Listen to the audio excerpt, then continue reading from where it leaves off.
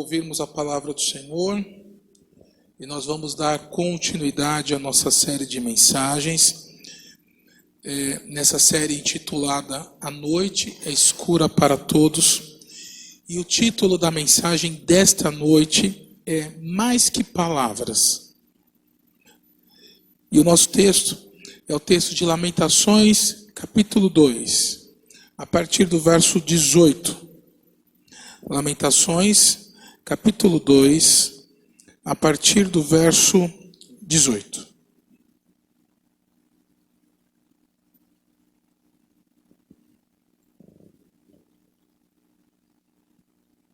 Semana passada nós lemos até o verso 17, e hoje nós vamos ler o final do texto, nessa unidade textual que começa aí no verso 18, Lamentações, capítulo 2, a partir do verso 18. O coração de Jerusalém clama ao Senhor.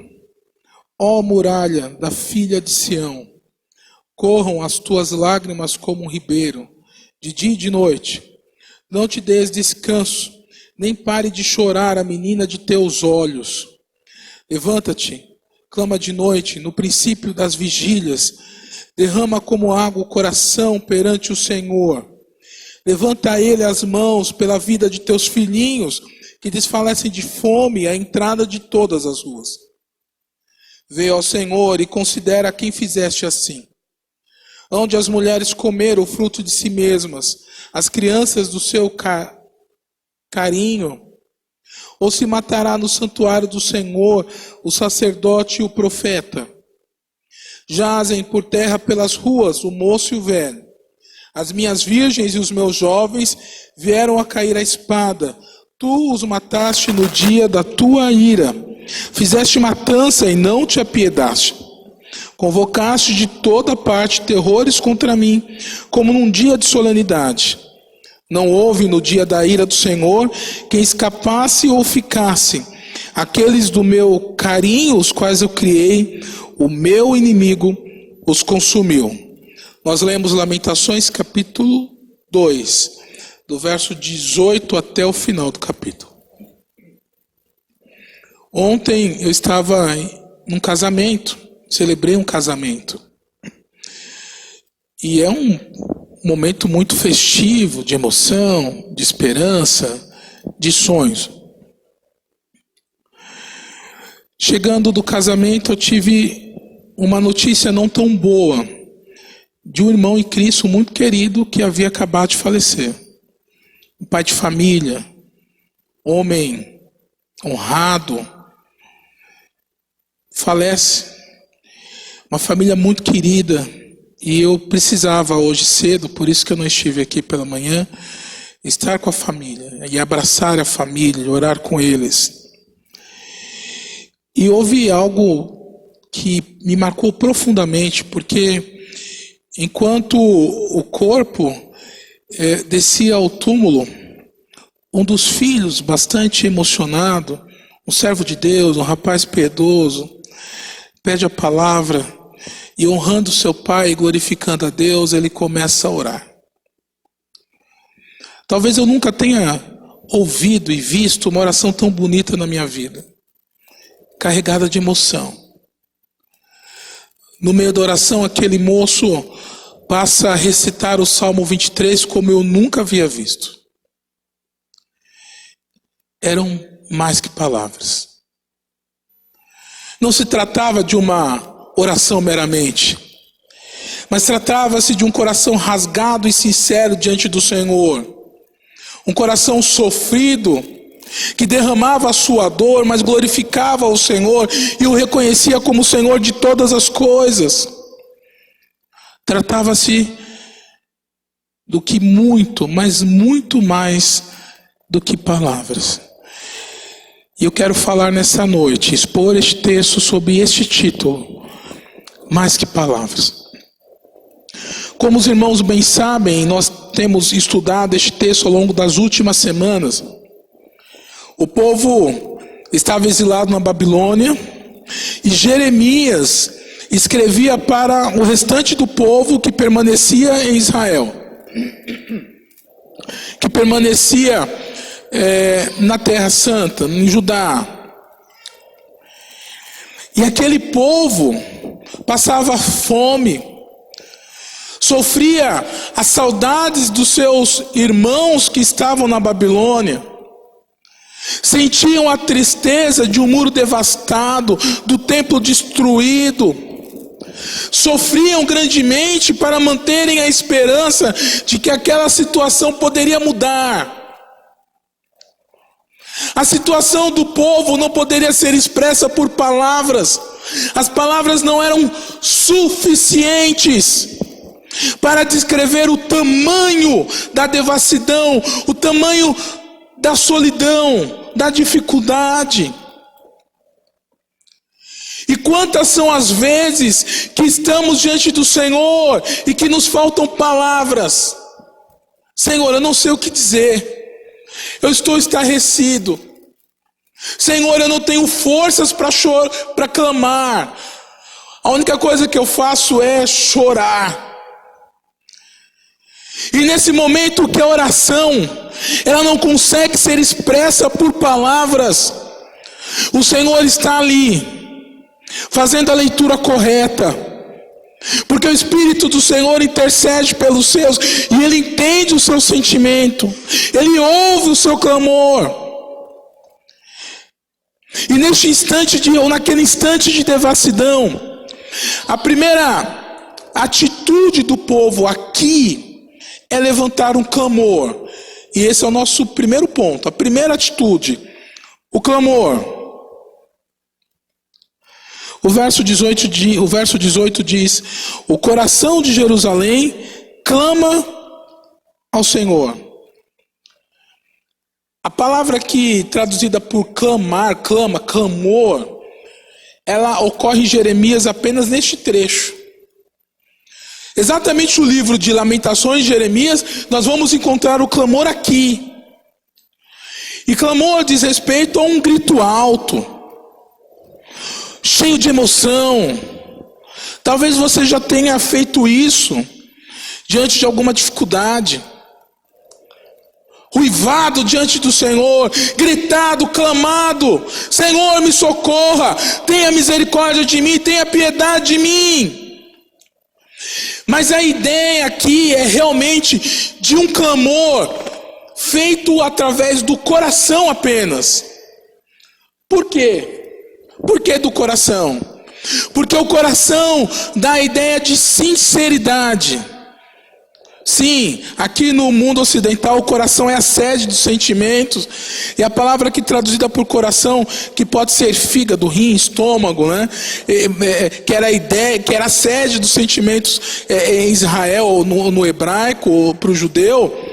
Aqui é traduzida por coração, porque esse é o símbolo, essa é a sede dos nossos sentimentos. E quando nós falamos que fazemos as coisas com o coração, estamos querendo dizer que nós fazemos de verdade, com sinceridade. Muitas vezes nós nos acostumamos com a religiosidade e oramos de uma forma muito superficial, costumeira, da mesma forma como nós tomamos banho, escovamos os dentes todos os dias. Mas o Senhor quer que nós oremos verdadeiramente. E muitas vezes somos acometidos por adversidades, porque o Senhor quer nos ver derramando o coração diante dEle, levantando um coração, um clamor sincero, um clamor verdadeiro. Mas o texto fala que o povo levanta um clamor de coração, porque faltavam forças. A voz não saía mais.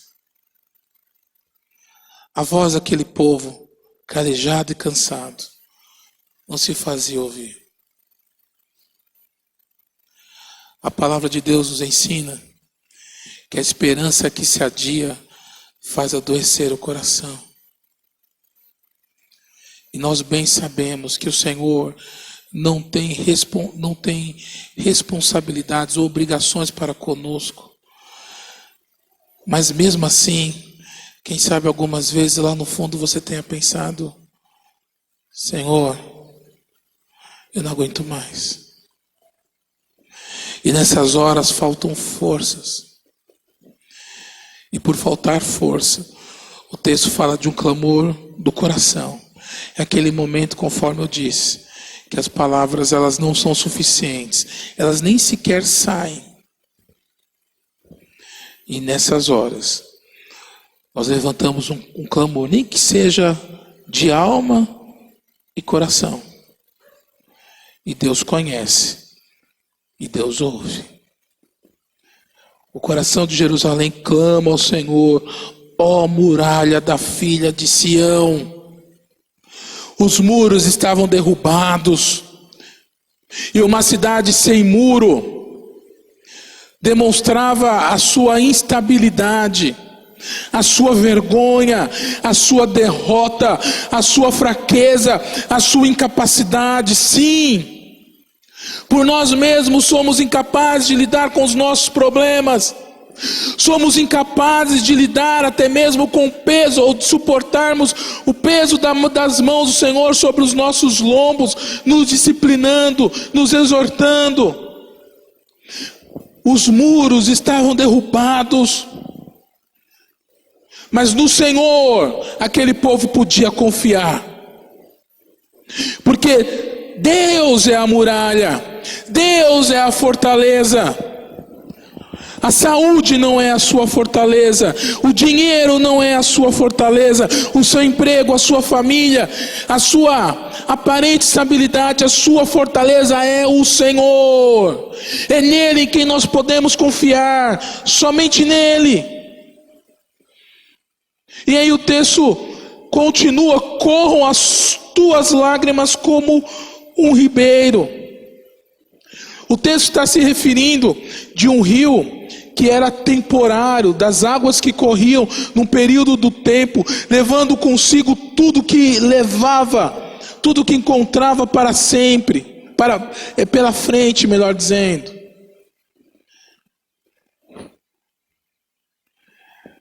Diz que homem não chora, né? Deixa eu dizer, eu sou homem com H maiúsculo, e eu choro, não tenho vergonha de dizer. Não guarda não, meu irmão.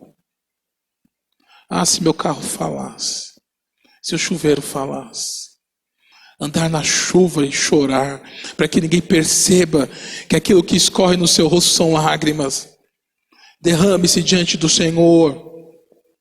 Corram as tuas lágrimas como ribeiro. Mesmo que as palavras faltem, mesmo que você não saiba e não consiga se expressar, Deus conhece o seu coração. E aí o verso 19 diz: levanta-te, clama de noite. Olha, essa ideia de clamar de noite ou de madrugada não é porque a fila é menor não, tá?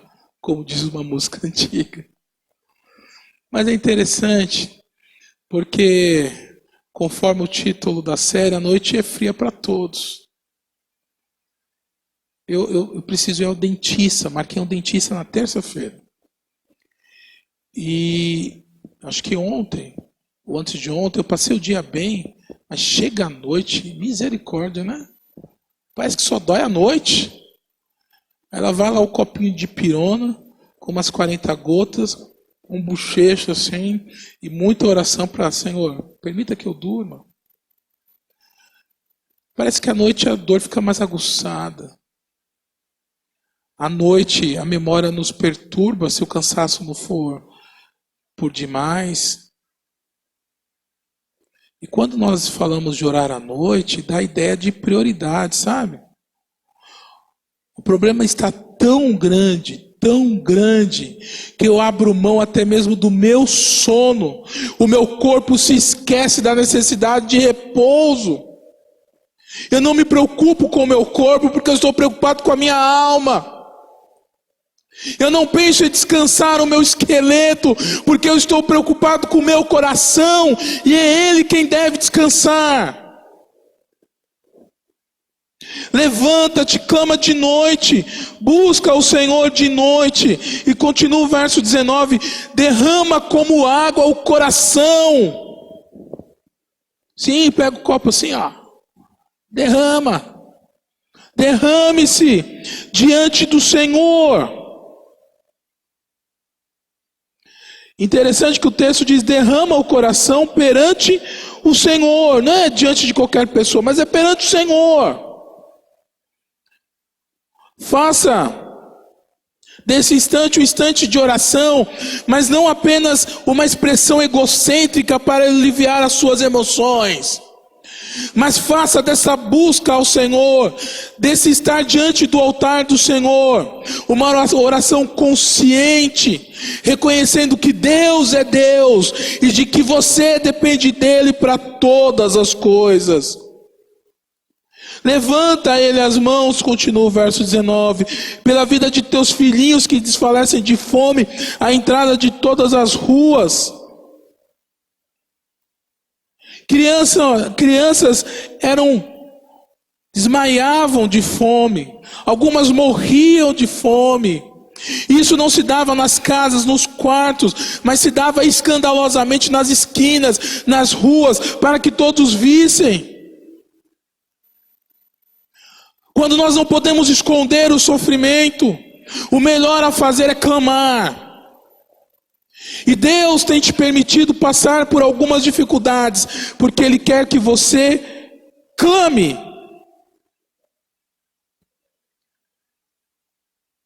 Jesus é a sua fortaleza. E Jesus é quem ouve o seu clamor. Então clame. Mas há uma segunda atitude aqui do povo que eu gostaria de considerar com vocês. Primeiramente, o povo levanta um clamor. E depois o povo levanta perguntas. Lá em casa eu tenho brigado com o Henrique, porque ele não tem tido paciência com as perguntas do Davi. E eu falo para ele: você já passou por essa idade. A idade dos porquês, né? Por que isso? Por que aquilo? Pai, por que isso? Mãe, por que aquilo? Por quê? Por quê? Por quê? Por quê? Por quê? E às vezes o pai e a mãe não têm resposta e apela. Porque é assim.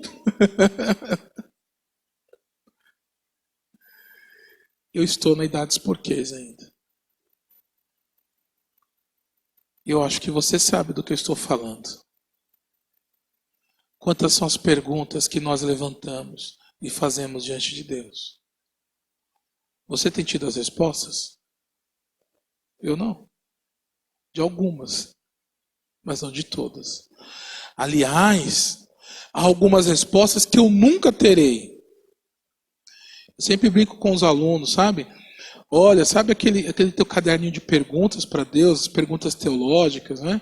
Que vocês gostam de discutir no Facebook, seja lá o que for, então. Talvez nem no céu você tenha as respostas. Por quê? Porque, embora no céu você não esteja contaminado com o pecado, no céu você vai continuar sendo limitado. Não tão limitado quanto hoje. Mas você será um ser humano, glorificado, mas ser humano, limitado. Diante de um Deus poderoso, perfeito, grandioso. Então você terá todas as respostas? Acho que não. Mas nós levantamos perguntas como: quais são os seus propósitos, Senhor, com isso? Qual é a razão de tanto sofrimento? E algumas perguntas são levantadas aqui pelo povo, pelos remanescentes que estavam em Judá. No verso 20, vê ao Senhor e considera a quem fizeste assim. É uma exclamação aqui no português, mas a ideia no original é a ideia de pergunta, de dúvida. Mais ou menos assim: Senhor, por que comigo? O Senhor já fez isso com alguém? Só comigo que acontece isso? Logo eu, filho, fiel, noite fria, estava eu lá na igreja, muita gente não foi, dormindo, descansando, eu estava lá, fiel dizimista, eu, cumpridor dos meus deveres. Por que comigo? Eu não roubo, eu não mato, Eu tento pagar meus impostos, às vezes atraso alguma coisa, né? Sabe como é? Mas eu sou um cara de bem. Você já pensou? Você já parou para pensar verdadeiramente o que é que você merece, de fato? De Deus? Você é trapo de imundícia, meu irmão. Você merece o inferno, a ira do Senhor. Mas Ele tem sido gracioso. Mas nós não entendemos. E você pergunta, por que comigo? Exemplo de Asaf no Salmo 73 ou 76. Por que os ímpios prosperam? Por que meu vizinho ímpio parece ser bem mais sucedido do que eu? Por quê? Talvez porque ele não é filho. E talvez por isso ele não esteja debaixo da disciplina do Senhor. Hebreus 12 nos ensina que o Senhor disciplina o filho a quem ama. Mas as perguntas continuam. O verso 20 diz: hão de as mulheres comer o fruto de si mesmas, as crianças do seu carinho? Misericórdia. E há quem diga que o texto não esteja se referindo a uma figura de linguagem, mas ao fato de que algumas mães praticavam canibalismo, comendo os seus filhos já mortos, ou por fome ou por desespero. Elas que tinham tanto carinho, e agora parece que a situação era outra. E aí mais perguntas são feitas. Ou se matará no santuário do Senhor o sacerdote e o profeta? Olha quantas perguntas. Senhor, por que comigo? Senhor, por que as mulheres estão comendo seus próprios filhos? Senhor, por que os sacerdotes e profetas estão morrendo no santuário? Sim, porque aqueles que foram levantados para cuidar do espírito, da vida espiritual do povo, haviam morrido. Muitos haviam sido dizimados juntamente com o templo que havia sido destruído. Por quê? Se aquilo que havia de mais precioso, que era o lugar da habitação de Deus, o templo, e que aqueles que lidavam com o sagrado, conduzindo o povo ao Senhor, aos caminhos do Senhor, haviam morrido, ou seja, se aquilo que há de mais valioso não existia mais, e agora? Isso mostra o quanto o Senhor estava aborrecido, irado, distante do seu povo. Você parou para pensar que Deus pode estar irado com você, com sua falta de zelo, com seu desleixo? Você parou para pensar que Deus pode estar irado com a sua religiosidade, com a sua inveja, com a sua hipocrisia, com o seu coração dúbio, com o seu egoísmo, com a sua meninice? Cresça, meu irmão. Está na hora de comermos feijoada e pararmos de comer o mingauzinho. Já deu tempo de crescermos, de sermos mais santos, de sermos mais consagrados. Pode estar tudo bem na sua vida. Você pode estar empregado, saudável. Mas se a sua relação com Deus não estiver bem, todo o resto não serve de nada.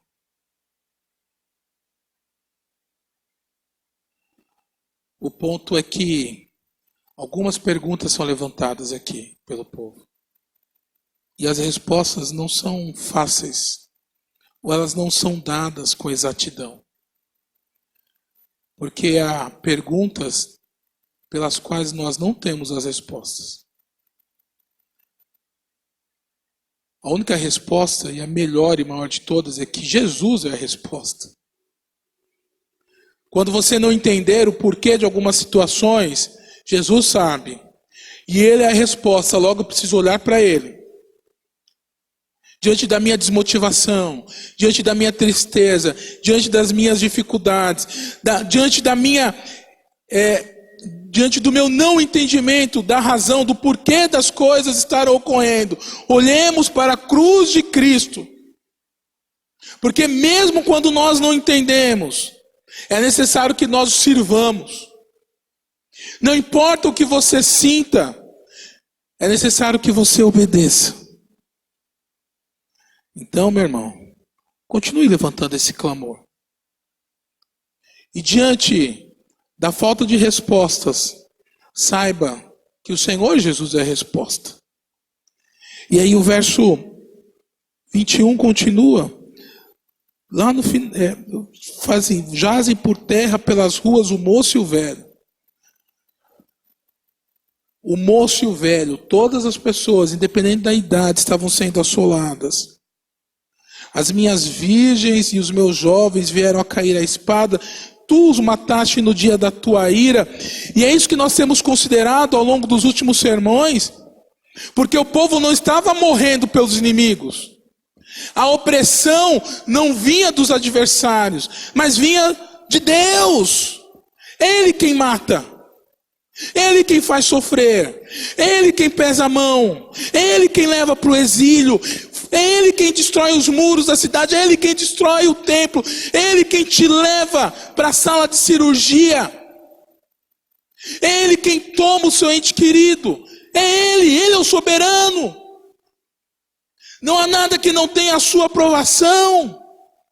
É Ele quem te leva para o quarto escuro do hospital. Foi Ele quem levou o Senhor Jesus Cristo para o deserto. E tudo isso visa o seu bem, o seu crescimento, a sua disciplina. Claro, Jesus Cristo não estava sendo disciplinado, mas aquilo visava sim o bem daquele que estava sendo levado para o Gólgota, e nos deu exemplo de como nós devemos agir diante da tentação.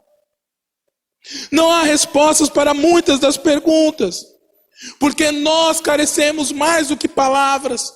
As palavras não são suficientes, e talvez mais do que palavras, ainda não sirvam para expressar ou para responder às nossas indagações, mas olhemos para a cruz de Cristo Jesus. Porque as circunstâncias, elas não devem nortear o seu coração. Guarde isso. As circunstâncias não devem nortear o seu coração. Eu não devo servir a Deus porque as coisas vão bem. Eu não devo confiar em Deus quando tudo parece sob controle. Mas eu devo clamar, questionar, respeitosamente questionar. Mas mesmo não entendendo, eu preciso saber que Jesus é o Senhor da minha vida. E que fora dele não há salvação. Você pode estar muito bem em vários aspectos da sua vida, mas se você não investir na sua vida de oração, as coisas não vão bem, vão de mal a pior. Mais que palavras são necessárias para expressarmos as nossas dores, mas o Senhor sabe fazer a leitura correta e Ele olha para nós. Não se esqueça disso jamais. E que você seja encorajado a continuar servindo esse Deus maravilhoso. Amém? Em resposta